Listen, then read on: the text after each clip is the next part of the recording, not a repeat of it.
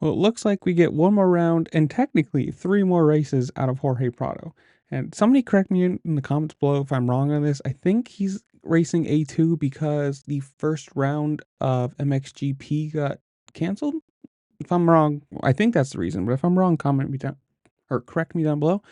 But it's just good. I mean, obviously he's had a heat win, pretty average, race results overall, but to have an extra race, and you got to give it to him. The first 2 out of 3 rounds he races are mutters. Like, there's not exactly a, how you say, standard start to the Supercross season, but I think he's done well. He's proved that he's can be competitive, and, that he's not afraid of mud, that where a lot of these guys have trouble. He won his heat race and then, kind of faltered, but it's going to be cool, especially being now he gets to do A2 with a triple crown format. So 3 races, 3 full mains, see how he does endurance wise, see how he does, on his last round. And it's just exciting. I mean, personally, I think it's great. He's come over, he's shown that he's competitive. He's not just doing it for the PR or running around last, whatever. He's at least running and looking like he has some speed. And the question becomes now,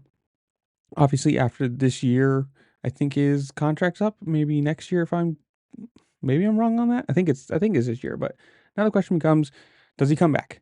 Does he run a full Supercross season? Is this a good test for him? And he says, I like it, I want to do it, and then he moves on from MXGP to come over here.